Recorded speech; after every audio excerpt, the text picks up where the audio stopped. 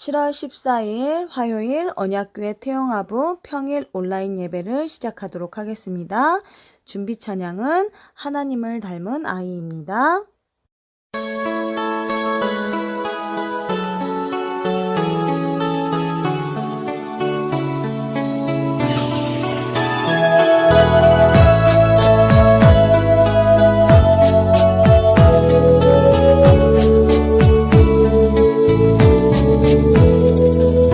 아는 것 없어도 가진 것이 없어도 나는 하나님을 닮아서 그래서 부러울 게 없어요.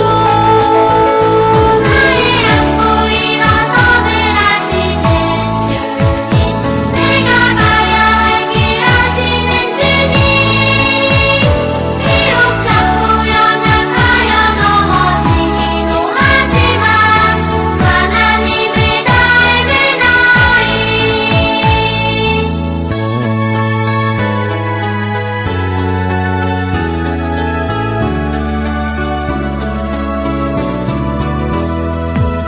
나를 지으시고 나를 보배롭게 불러주시고 내가 태어나기도 전에 주님이 나를 선택하여 주셨네. 나의 안고 일어섬을 하시는 주님, 내가 가야 할 길 아시는 주님, 비록 자꾸 연약하여 넘어지기도 하지만 하나님을 닮은 아이. 나의 안고 일어섬을 하시는 주님, 내가 가야 할 길 아시는 주님, 비록 자꾸 연약하여 넘어지기도 하지만 하나님을 닮은 아이.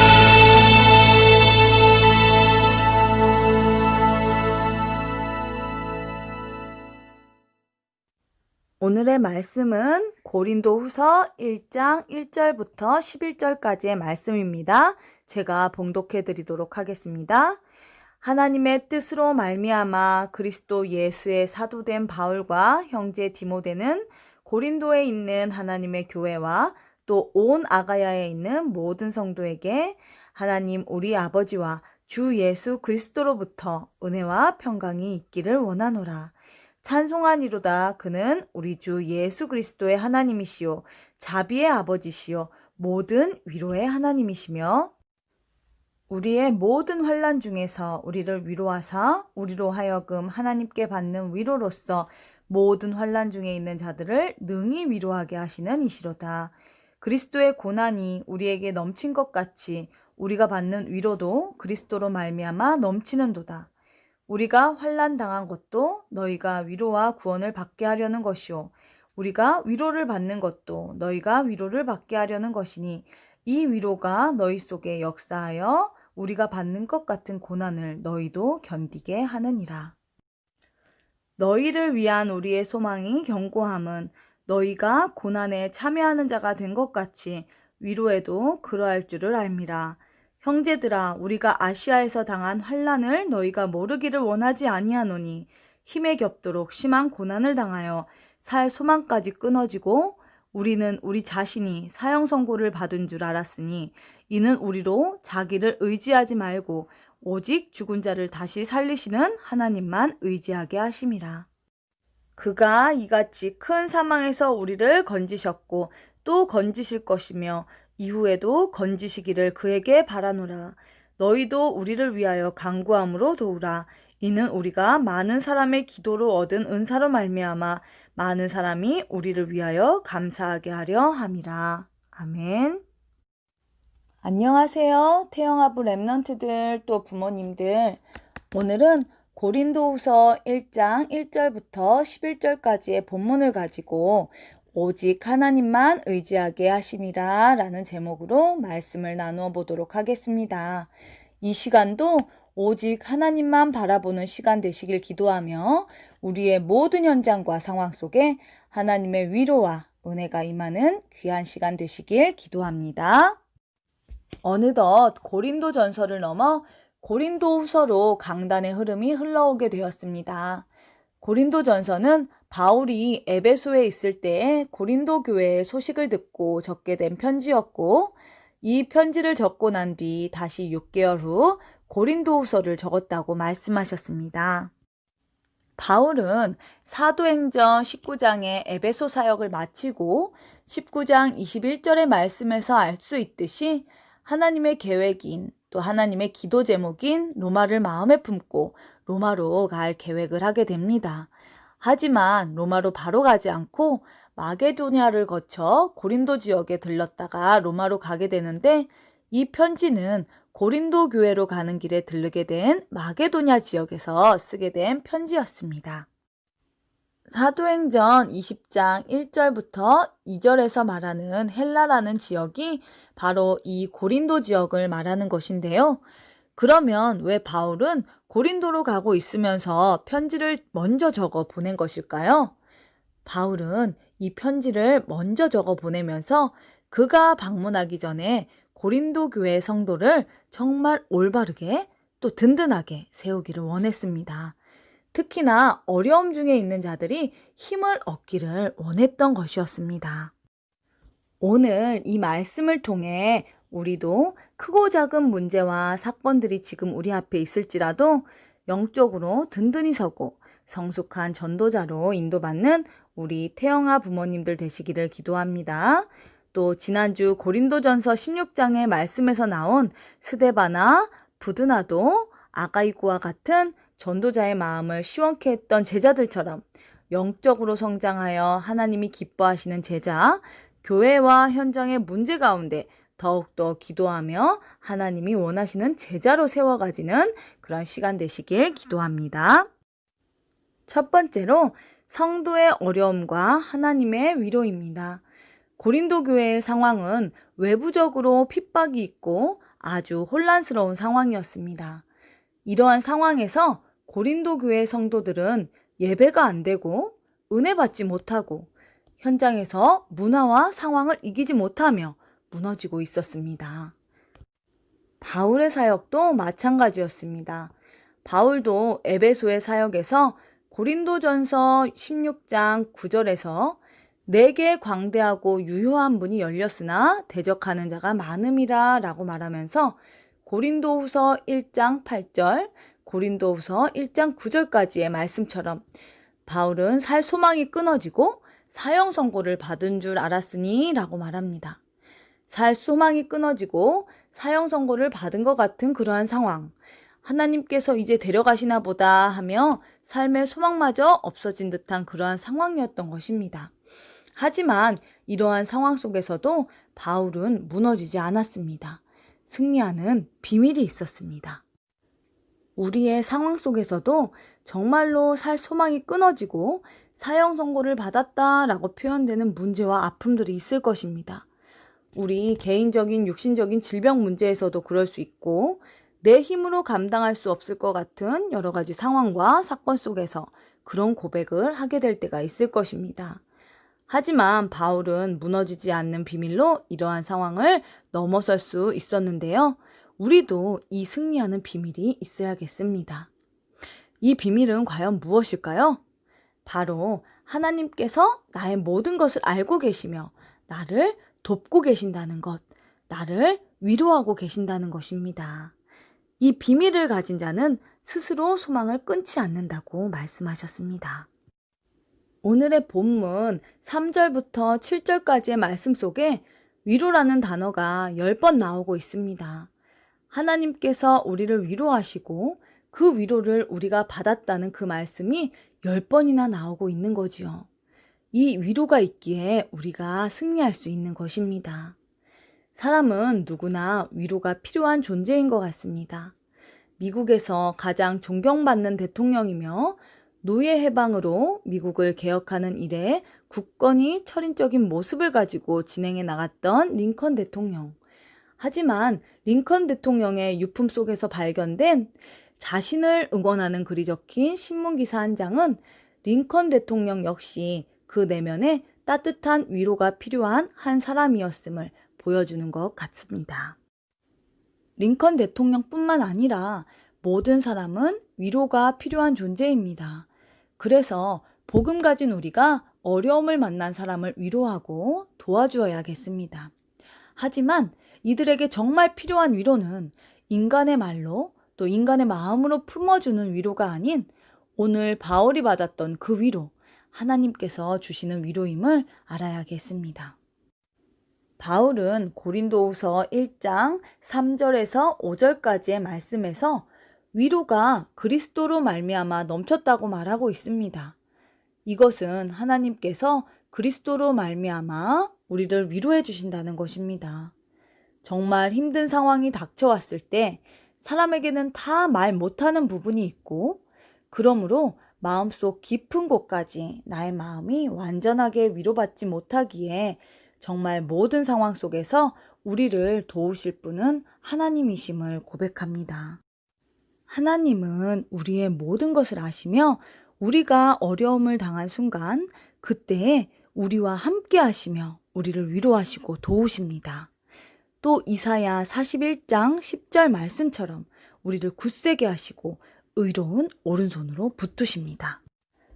이 비밀을 가지고 우리의 삶에 어떠한 문제와 사건이 오더라도 하나님만 바라보며 하나님의 위로와 도우심을 얻는 귀한 체험이 우리의 삶에 있게 되기를 기도합니다. 이렇게 하나님께서는 어려울 때 우리를 위로하시고 도우시는데, 어려울 때일수록 우리가 더욱 하나님을 바라보고 오직 하나님만을 의지하기를 원하십니다. 고린도후서 1장 9절에서 바울은 자기 스스로를 의지하지 말고 나의 방법, 나의 생각을 의지하지 말고 죽은 자를 다시 살리시는 하나님만 의지하라고 말하고 있습니다. 어려운 절망 가운데 있을 때 그곳에서 건지실 분은 오직 하나님이시기 때문입니다.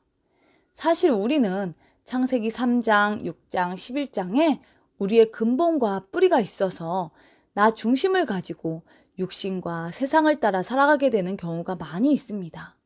특히 우리가 편안할 때는 더욱 나의 생각과 경험을 의지하며 그대로 따라가게 되는 경우가 많습니다. 그런데 우리에게 살 소망이 끊어질 것 같은, 또 내 힘으로 할 수 없을 것 같은 문제가 오게 되면 그때 결국 하나님 앞에 무릎을 꿇게 되기도 합니다. 그래서 시편 119편 71절에서 때로는 고난이 축복이라고 말씀하십니다. 사실 나는 하나님 말씀보다는 내 생각, 세상 가르침을 따라갔었는데 그 고난 당한 것이 나로 하여금 하나님의 말씀 앞에 서도록 말씀 따라가도록 만들었기에 고난 당함이 오히려 유익이라고 말하고 있는 것입니다. 혹시 지금 나의 삶이 고난 가운데 있다 할지라도 우리의 상황을 다 아시는 하나님만을 의지하고 하나님께서 주시는 위로와 도우심 속에서 말씀 잡고 더욱 기도 속으로 들어가는, 기도의 단을 쌓는 시간이 되셔야겠습니다. 야고보서 5장 13절 말씀에 너희 중에 고난 당하는 자가 있느냐 그는 기도할 것이요 즐거워하는 자가 있느냐 그는 찬송할지니라 라고 말하고 있는데, 진짜 고난을 당할 때 우리는 그 시간이 하나님께서 하나님의 백성이 정말 하나님 앞에 서도록 만드시는 시간이며 하나님이 역사하시고 우리를 일으키시는 시간임을 알아야겠습니다. 마지막으로 이후에 이루어질 더 큰 응답입니다. 하나님께서는 오늘 본문에서 바울에게 응답하셨듯이 우리 삶의 문제와 사건 가운데 하나님만 바라보고 의지하고 하나님의 도우심을 구하며 기도하는 자에게 역사하신다고 하셨습니다. 하지만 나의 문제가 해결되었다고 그것이 하나님이 주신 응답의 전부라고 생각하면 하나님께서 이후에 이루실 더 큰 응답의 축복을 놓치게 되는 것입니다. 하나님께서는 문제와 사건을 허락하시되 기도하며 하나님 바라봐서 우리의 문제만을 해결하라고 그 문제를 주신 것은 아닙니다. 요셉에게 주신 노예되고 감옥 가게 된 그 문제는 기도해서 빨리 거기에서 벗어나라고 주신 것만은 아닐 것입니다. 진짜 하나님의 계획은 그 문제를 통해 전 세계와 시대를 살리는 것이었습니다. 고린도후서 1장 4절에서처럼 하나님께서는 이렇게 우리의 문제 가운데 하나님께서 주시는 위로를 받고 그 위로로 다른 사람을 위로하기를 원하십니다. 고린도후서 1장 10절에서 11절에서처럼 문제와 사건, 응답을 허락하신 하나님의 뜻이 여기에 있는 것입니다. 지금 우리 모두에게는 크고 작은 문제들, 또 사건들, 어려움들이 있을 것입니다. 이러한 우리의 모든 상황을 하나님께서는 알고 계시며 함께하고 계십니다. 또 우리를 도우시고 위로하고 계십니다. 우리가 그 사실을 알고 하나님만 의지하고 오직 말씀 속으로 들어가며 오직 복음 붙들고 기도할 때 하나님께서는 역사하시고 응답하실 줄 믿습니다. 우리가 받은 위로와 이 응답을 가지고 현장과 세상에 고통받는 자들을 살려내는 이후에 이루실 더 큰 하나님의 응답을 받는 우리 렘넌트들과 태영아 부모님들 모두가 되시길 간절히 기도합니다. 아멘. 오늘 받은 말씀 가지고 잠시 음소거를 풀고 합심으로 기도하도록 하겠습니다.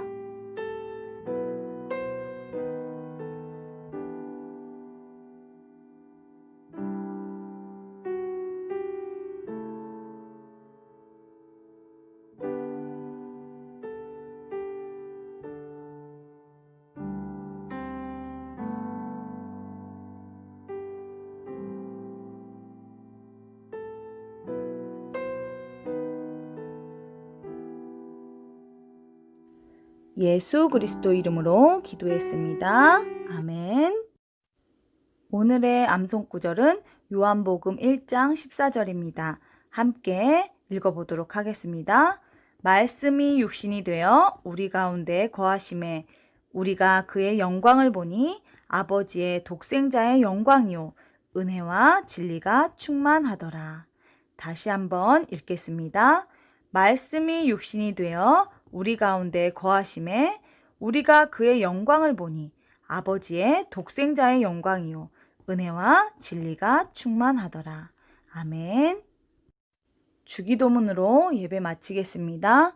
하늘에 계신 우리 아버지여, 이름이 거룩히 여김을 받으시오며 나라가 임하시오며 뜻이 하늘에서 이루어진 것 같이 땅에서도 이루어지이다.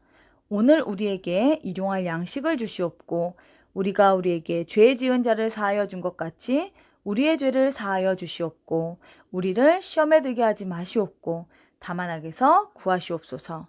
나라와 권세와 영광이 아버지께 영원히 있사옵나이다. 아멘.